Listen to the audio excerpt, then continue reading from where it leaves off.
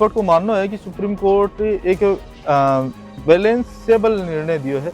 Court की मंशा है कि अरावली को संरक्षण भी हो जा और विशेष परिस्थितियों में खनन की स्वीकृतियां भी दी जा। साफ कहे गए है कि एक मैंने कहे गए कि अगर 2 या उससे ज्यादा 100 मीटर वाली पहाड़ियां, अरावली पहाड़ियां एक दूसरे से 500 मीटर के अंदर है तो उन्हें अलग अलग नहीं माना जाएगा। FSI के आंतरिक आंकड़ा के अनुसार राजस्थान में कुल 12,081 पहाड़ी ढलान वाला क्षेत्र है जिसकी ऊंचाई 20 मीटर से ऊपर है। बड़मर से केवल 1048 पहाड़ियां 100 मीटर से अधिक ऊंची हैं और लगभग 8.7% ही मापदंड पूरा करी हैं। फिर प्राइवेट या सरकारी एजेंसी खनन से पहले कई सारी प्रक्रिया से गुजरी। अवैध खनन में इसे कुछ ही करी। जब तक अवैध खनन पर रोक नहीं लगाई जाएगी अरावली की रक्षा की बात तो कर लें, पर यह बेईमानी होगी। आपको भी सजना और संवरना है और दिखना है आकर्षक, तो खरीदिए अपने मनपसंद गहनों की एक से बढ़कर एक डिजाइन, वो भी गोल्ड टेस्टिंग मशीन के साथ। आज ही विजिट करें महारानी ज्वेलर्स, नगर परिषद के सामने वाली गली, मान नगर, झुंझुनू।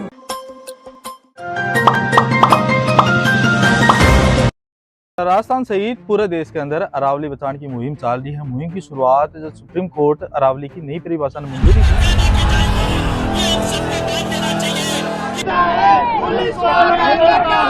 दी के बाद में और बी की परिभाषा के अनुसार 100 मीटर या 20 ऊंची जो पहाड़ी है बिना अरावली माने जाओ। चिंताजनक ये हो कि 2010 की forest survey of India report के मुताबिक करीब 12,000 पहाड़ियां में 8% ही 100 मीटर से ऊंची है। कांग्रेस इस मुद्दे पर लगातार केंद्र सरकार ने घेर रही है। केंद्र सरकार और बीजेपी को दावा है कि यह परिभाषा पहले ही ज्यादा सख्त है और कांग्रेस कह रही है कि ई फैसलों और खनन के लिए जितना सारा पहाड़ बच रहे हैं वरना सब ने खोल दिया जाएगा। अरावली का सारा इलाका खनन के लिए खोल दिया जाएगा तो यूं क्या होगा कि असंतुलन बरकरार हो जाएगा। आज की अपनी रिपोर्ट है अरावली पर्वतमाला पर सेव अरावली मूवमेंट जो चल रही है बिकू पर है और एक खास रिपोर्ट ने आप बहुत दिनों तैयार कर रहे हैं। आज को जो वीडियो है इंटरेस्टिंग होने वाला है। मैं शशिकांत शर्मा, थे देख रहे हो पंचायती मीडिया। पूरा मामला लेके कई सारा सवाल उठे हैं।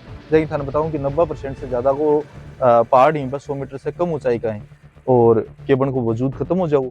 पहला सवाल है। दूसरा, आखिर 100 मीटर की ऊंचाई नहीं ही क्यों मानक माने को। तीसरा है कि बड़े पैमाने पर अवैध खनन शुरू हो सके हैं, इसके लिए सरकार क्या करेगी। 3 सवाल ये हैं, इसके अलावा 10 सवाल हो रही है। थाने लास्ट तक बताओ अरावली में दशका से अवैध खनन क्यों होता रहा है, माफिया की बात को फायदा उठा रहे हैं। सबसे पहले इस सवाल को आप उत्तर है वो जानने की कोशिश कर रहा हूँ। एक्सपर्ट के अनुसार दशका से अरावली के अंदर अवैध खनन को जो मुद्दों बने हुए हैं ये खनन माफिया कई सारी परिस्थितियां ही बन को फायदा उठावे हैं। अरावली के खनन को लेके और कोई स्पष्ट परिभाषा को नहीं है, मिली भगत करके और पहाड़ न खोद रही। राजस्थान सहित अरावली वाला ये राज्य ही जो पहाड़ियां की रेंज की परिभाषा आपका तरीके से सेट कर रखी है। हर जगह कंफ्यूजन है कि कटे खनन उसका है और कटे परमिशन कौन भी उसका है। भ्रम की स्थितियों के बीच में और खनन कौन रोक के जांच के थाने भी पता है जिसको फायदा माफिया ही लगातार उठा रहे हैं। थाना बताता चला कि राजस्थान का 15 जिला के अंदर से और अरावली पर्वतमाला गुजरा है जिसमें झुंझुनू, अलवर, सीकर, भरतपुर, पाली, भीलवाड़ा, चित्तौड़गढ़, प्रतापगढ़, राजसमंद, सिरोही, उदयपुर, डूंगरपुर आदि जिला में राजस्थान का और लगभग 600 किलोमीटर लंबी यह पर्वत श्रृंखला है जो राजस्थान को जो थार मरुस्थल है एक साइड के अंदर रह जाए और एक साइड के अंदर मैदानी भागा जाए। अब दूसरा सवाल जो है कि सुप्रीम कोर्ट अरावली खनन मामला के अंदर कद दखल दियो। थाना बता दें कि 1992 में एक्टिविटीज तो MC मेहता दिल्ली कोर्ट के अंदर अरावली में अवैध खनन के विरोध में सुप्रीम कोर्ट गया और कोर्ट माने कि कोई स्पष्ट फार्मूला न उनको फायदा उठा रहे हैं भूमाफिया। 1996 में दिल्ली में अरावली इलाका में अवैध निर्माण और 2002 के अंदर दिल्ली NCR में खनन पर पूरी तरीके से रोक लगा दी गई थी। 2009 के अंदर अरावली के अंदर स्थित सभी जिला के अंदर और खनन के ऊपर पाबंदियां लगा दी गई थी। राजस्थान और हरियाणा का अवैध खनन माफिया पर कार्रवाई करने खातिर बोले गए हो। सुप्रीम कोर्ट सुनवाई के दौरान बीच बीच में कई आदेश दिया है। अरावली में खनन लेके और सही फॉर्मूला तय करने खातिर पर्यावरण, वन और जलवायु परिवर्तन मंत्रालय के तहत मार्च 2024 में एक समिति को गठन करने को आदेश दिए गए। मई 2024 के अंदर केंद्रीय सशक्त समिति CEC का गठन करे गए और इस समिति के अंदर केंद्र और राज्यों की वन और पर्यावरण सचिव, भारतीय भूवैज्ञानिक सर्वेक्षण और भारतीय वन सर्वेक्षण का प्रतिनिधि शामिल हुआ और इस समिति ने सुप्रीम कोर्ट में आपकी रिपोर्ट दी है। सुप्रीम कोर्ट आपका आदेश के अंदर 100 मीटर की ऊंचाई नहीं क्यों पैमाना माने। थाने बता दें कि पर्यावरण और वन जलवायु परिवर्तन मंत्रालय के तहत बनी समिति की सिफारिश में बताया गया कि कोई भी पहाड़ की अरावली को जदि माने जागो जदि की ऊंचाई 100 मीटर या भी से ज्यादा होगी। इसके अलावा कमेटी की जगह सिफारिश में बोले गए कि संबंधित राज्य में अरावली की पूरी वैज्ञानिक महत्वता है और खनन से पर्यावरण पर होने वाला प्रभाव की जांच करनी चाहिए। संवेदनशील इलाका पर खनन पर पूरी रोक रहे। 2003 के अंदर राजस्थान सरकार ही यो फॉर्मूला अपना के और खनन का पट्टा वितरित करे करती। सुप्रीम कोर्ट का आदेश के बाद में जो समिति बनी है वह भी 100 मीटर को ही फार्मूला मानो और सुप्रीम कोर्ट भी इस सिद्धांत ने ही मानो। एक्सपर्ट को मानना है कि सुप्रीम कोर्ट एक बैलेंसेबल निर्णय दियो है। कोर्ट की मंशा है कि अरावली को संरक्षण भी हो जा और विशेष परिस्थितियों में खनन की स्वीकृतियां भी दी जा। चौथा सवाल है कि 100 मीटर को फॉर्मूलो के पहाड़ी की सीधी ऊंचाई मतलब जो खड़े हिस्सों है भी नहीं माने जागो या चोटी के चारों ओर ढलान भी मैन शामिल होगी। तो एक्सपर्ट बोल रहे हैं मैन कि पहाड़ की पूरी और संरचना जितनी भी दायरा के अंदर आऊंगी जब पहाड़ की ऊंचाई की बात हो है तो इसको मतलब हो केवल चोटी की खड़ी ऊंचाई वाला पॉइंट को नहीं हुआ है।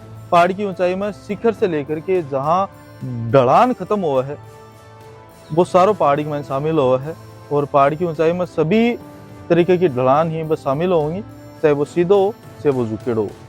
सरकार को तर्क कितना उचित है कि 100 मीटर या भी से अधिक ऊंचा दो पहाड़ा के बीच में और सभी तरह की छोटी पहाड़ियां पर भी 100 मीटर वालों ही नियम लागू होगा, चाहे दूरी आधा किलोमीटर क्यों ना हो। एक्सपर्ट को तर्क यो है कि सरकार को तर्क बिल्कुल सही है।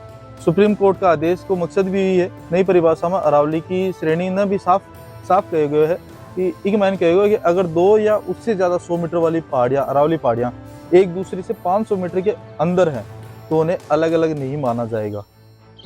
मतलब साफ है कि ये पहाड़ियों के बीच की जमीन छोटा टीला घाटियां भी बीच श्रेणी में ही होंगी।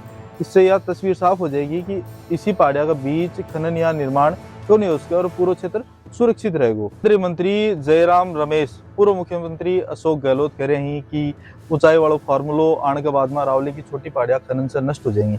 इस सवाल को एक्सपर्ट के हिसाब से जवाब यह है कि पहली बात तो यह है कि आमजन के बीच में अरावली लेने की जो आशंका है वह निराधार को नहीं कही जा सके। चाहे कोई व्यक्ति कम पढ़े लिखे हो या ज्यादा, सबने मालूम है कि अरावली राजस्थान की जीवनदायिनी है।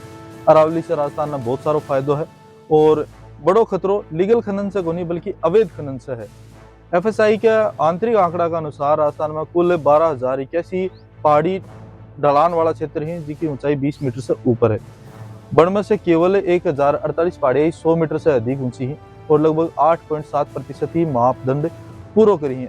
अब इसी हालत के अंदर मन में धारणा बनाए कि अगर खनन होने लगे हो तो सब सारी पहाड़ियां खत्म हो जाएंगी और सरकार ने आमजन की आशंका देखता हुआ अवैध खनन पर लगाम कसनी होगी ताकि लोगों के बीच में भरोसा कायम करे जा सके और ऐसे ही अरावली को संरक्षण हो सके। सुप्रीम कोर्ट के निर्देशानुसार अरावली के लिए एक सतत खनन प्रबंधन योजना बनानी चाहिए और इसके लिए तैयार होने तक नई खनन लीज पर रोक रहे और सरकार ई प्लान में साफ साफ बताओ है कि अरावली के संरक्षण के हिसाब से होगा। खनन आदि की प्रक्रिया भी के बाद में ही होनी चाहिए। केंद्रीय मंत्री भूपेंद्र यादव को एक तर्क है कि अरावली में इतना सारा रिजर्व क्षेत्र है, वन क्षेत्र, वाइल्ड लाइफ सेंचुरी है, नेशनल पार्क है, इको सेंसिटिव जोन है, वन पर खनन को नहीं उसका। इस मुद्दे पर सुप्रीम कोर्ट के निर्णय से परे देखा तो सुप्रीम कोर्ट को निर्णय लागू को नहीं हो तब भी वन क्षेत्र या अन्य रिजर्व क्षेत्रों में खनन को नहीं हो रहे हो। खनन पर रोक होती तो जाहिर है कि स्वीकृति को नहीं मिलती और हाँ खनन की बात तो बहुत अलग है कि 100 मीटर वालों सिद्धांत से अवैध खनन न और हवा मिल सके है। सबसे बड़ा सवाल यही है। अरावली के लिए सबसे बड़ा खतरा है और अवैध खनन इस पर कोई नियंत्रण को नहीं है और वैध खनन की बात करें तो एक तकनीकी प्रक्रिया है कि सरकार खनिज को अध्ययन करे और ब्लॉक तैयार करे, फिर प्राइवेट या सरकारी एजेंसी खनन से पहले कई सारी प्रक्रिया से गुजरी।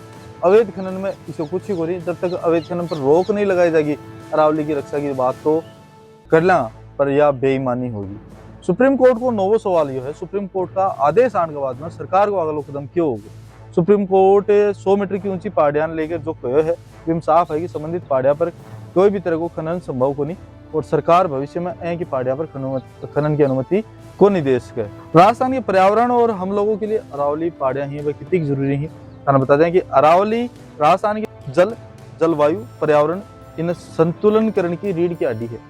यदि अरावली नहीं होगी तो रेगिस्तान आगे बढ़ तो चले जाओ और अरावली ही रेगिस्तान ने रोक रखे, भूजल स्तर है वो नीचे गिर जाओ और वर्षा से जो पानी अरावली की पहाड़ियों में जो चैनलाइज करती आ रही हैं, बरसाती नदियाँ को रूप दी हैं, वह चीज़ें मिट जाएंगी अरावली की वजह से, और मिट्टी आपकी जगह बनी रहेगी और ये पहाड़ करता रहेगा।